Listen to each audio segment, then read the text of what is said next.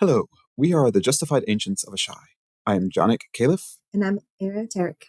Today, we're going to be talking about redemption and honor, as seen in episode 4 of A Knight of the Seven Kingdoms. In this episode, we see a lot of people who come to explain their actions. First, we start with Egg, who is now revealed as Prince Aerion. He comes in to Duncan's cell to explain his actions and why he did what he did. Then, Dunk goes to the Ashford Castle to explain his actions to the Targaryens. And Duncan asks for a trial by combat, which then gets elevated to a trial by 7, which we will discuss in other videos. Next, we see Dunk in the Fossaway tent, where Stefan agrees that he will fight on the side of Duncan. After that scene, Prince Aerion comes in to explain his actions and why he did what he did. And finally, we are at the dawn where the trial of the 7 occurs. So the first character we see that asks for redemption is Egg. He comes to Duncan in his cell to apologize for his actions. At first, he says that it is his uncle who wants him to apologize for his actions, and that he himself didn't necessarily see what he was doing was wrong. And that was when Duncan called him out and said, yes, you did know what you were doing was wrong because you lied to me about everything, including what your name is. Somebody wouldn't lie if they thought that what they were doing was honorable and the right thing. And that's when Egg starts to cry. That's when he admits he just wants to be a squire so badly for somebody in the tournament, and that he never meant to hurt him or harm him in his actions. Okay, I think something that's interesting there is when Dunk says that he did mean to do it because he called himself a stable boy. And it's at that point where Egg says, I didn't. And Dunk cuts him off and says, you did. And I think that's where it goes from. His uncle is asking him to beg for forgiveness. And he's thinking, I really didn't do anything wrong. You thought I was a stable boy. I never said I was. I never lied. I said my name was Egg. But at that point... Which is just a nickname for Aegon. Yes. But at that point, it's like it turns. And he realizes that even though he may not have said anything, he was clearly lying. And while he just really wanted to go to a tournament, that's all he wanted to do was go to the tourney. Is that he went beyond that. Yeah. And he did do something that was dishonorable, that was deceitful, and that he does need to make up for. And that in the end, something that Egg winds up getting in trouble for, actually, with Egg being by his side throughout this time period.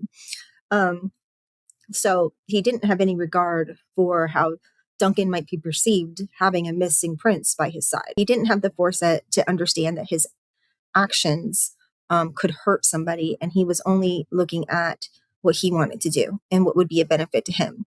And Dunk also points this out by saying something like, when Egg said, I just wanted to be a squire in the tournament, and then Dunk was like, oh, well, we can't have the prince disappointed now, can we? So Egg redeems himself because he does in the end kind of admit to deception. He brings Duncan food, which when you're in a cell in the world of Westeros, you might not get fed. They might even try to starve you. So I think that was an act of saying, I'm sorry, by bringing him food. And then he takes him to go see his uncle, which is the heir to the Iron Throne, Prince Baelor. And he also stays in that room and accompanies Dunk. I think that's not by accident. I think he wants to be there to kind of speak on Duncan's behalf to try to make up for what he did. Prince Baelor tells Egg to get Dunk something to drink. And the act of a prince serving Dunk, I think is also kind of trying to redeem himself. He's trying to say, I'm still here for you. He made everybody worried, and he was acting like a common person. Yeah. And so in this time, he's trying to make up for it. He's dutifully doing what he's supposed to do by asking for, talking to Duncan and begging for forgiveness, by serving his uncle. Later on in the episode, you see, he's trying to acquire his knights for his trial. And that's when Egg comes in and basically says it's my duty to help you find these six that will help you out. And to your point, he also has his older brother with him.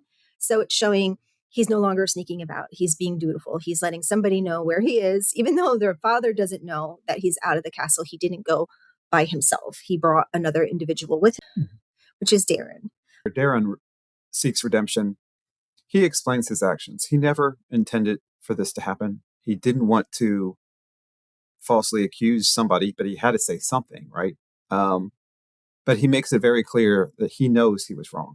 Unlike Egg, who kind of didn't really understand. So he certainly understands being responsible for your actions and taking responsibility for your actions, which is maybe one of the reasons why he's drunk so often, is because he doesn't want to have to deal with all of his actions. But he knows, he's aware. He talks a few times about going to hell and so forth. And he begs forgiveness and says that he'll take a fall in the tournament. He'll make it look a good show of it, but he'll take a fall in the end, which is another indecent proposal, kind of like we saw in the third episode. For more information on that, you can see our short coming later.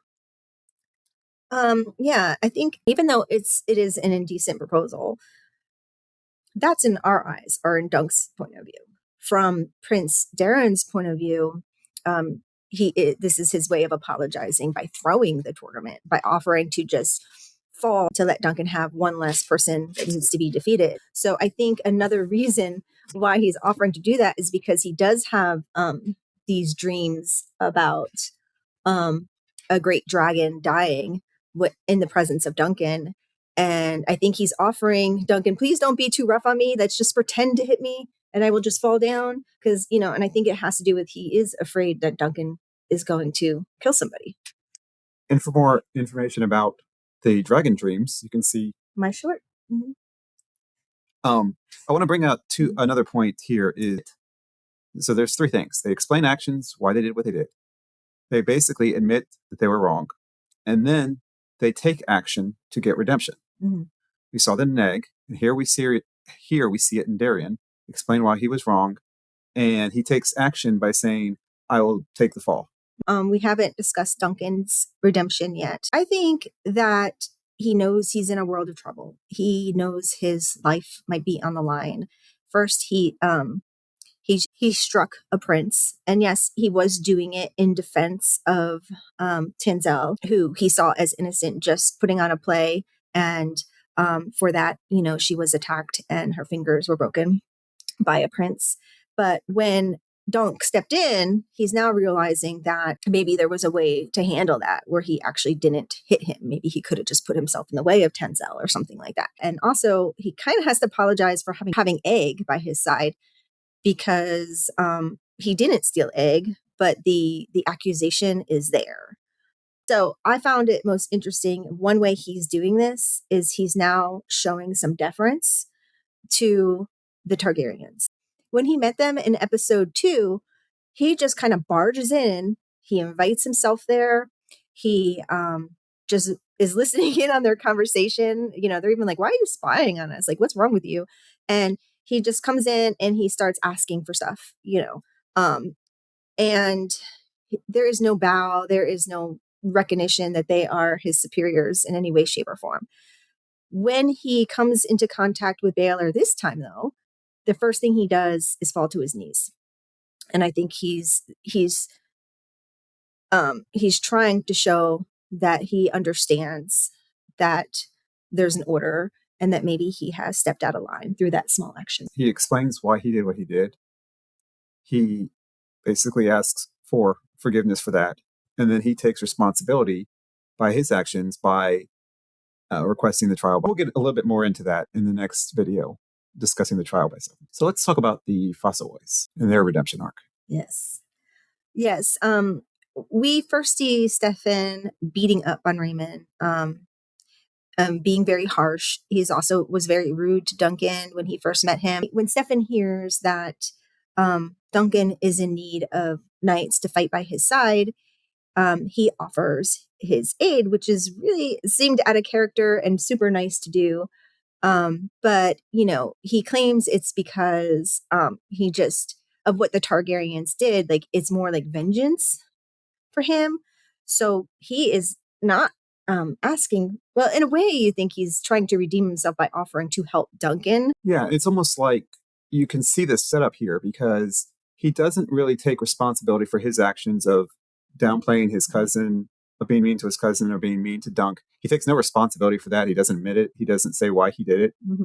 Um, And Stefan also offers to go find other knights to fight on Dunk's behalf. So then that's when he excuses himself, and the next time we see him is at the trial.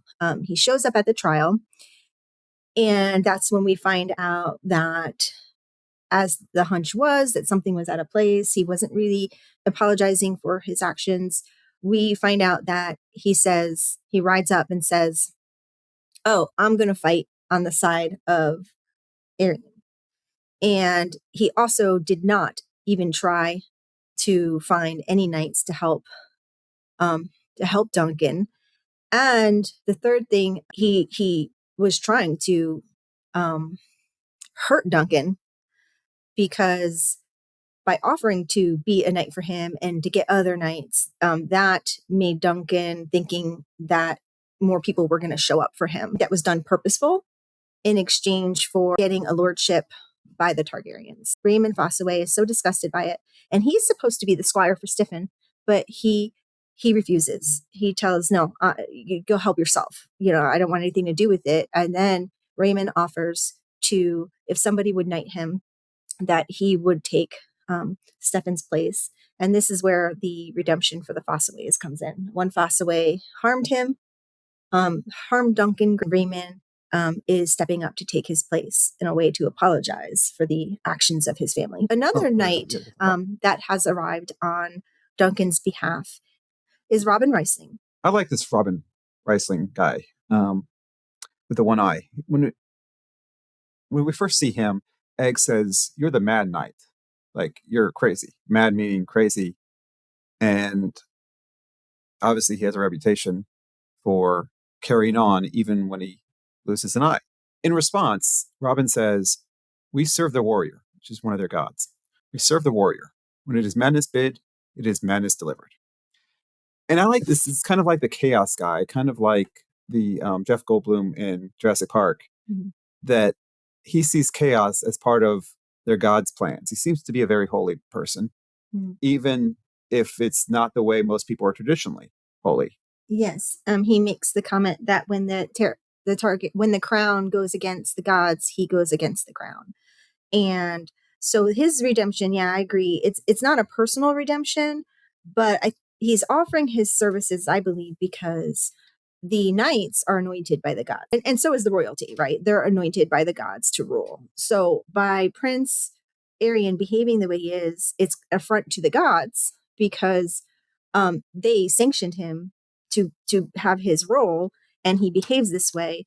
And I think that Robin Reisling is volunteering to be the representative of the warrior god, to kind of pass judgment on Aerion for not behaving as a knight is supposed to. Yes, very much. He is like the long arm of the gods. Now, once again, if you've not seen the episode, please watch the entire episode, because this will be a giant spoiler. Yeah. But it seems like the one family that is in desperate need of redemption, aside from Egg, is the Targaryens and the crown and the whole royal lineage, because they have been behaving badly. And we could see the dislike for the royal family by the common folk as well. You could see that, they almost like riot at when Aerion misbehaves at the champion tournament earlier on, when he purposely speared the horse of Humphrey Harding. You could see that they are quick to anger and to show their judgment. Also with them hurting Lady Tansel, we could see with the armorer. And when he first meets Duncan, he gives him a very high price for the armor. And then when Duncan goes to pick up a piece of armor, which is a shield, he basically only charges him a simple copper for his work. So I believe he's saying, like, that's his way of saying, I side with you, that the royals deserve a punch in the face, basically. They deserved what they had coming to them.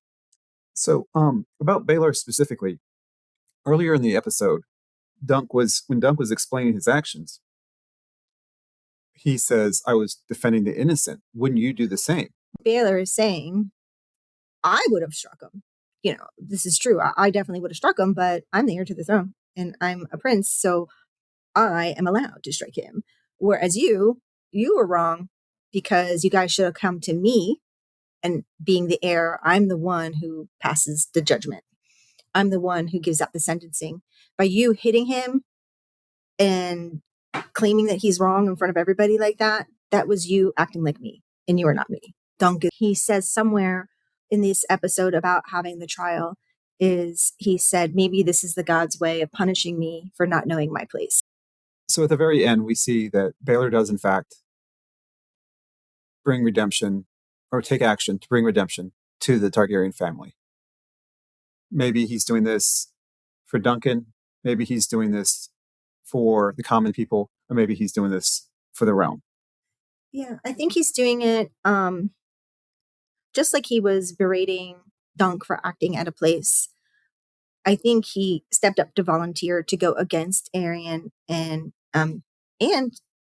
Darren, because he believes both their actions were wrong. And so I feel like that's his way of passing judgment, because the trial is going to be the gods.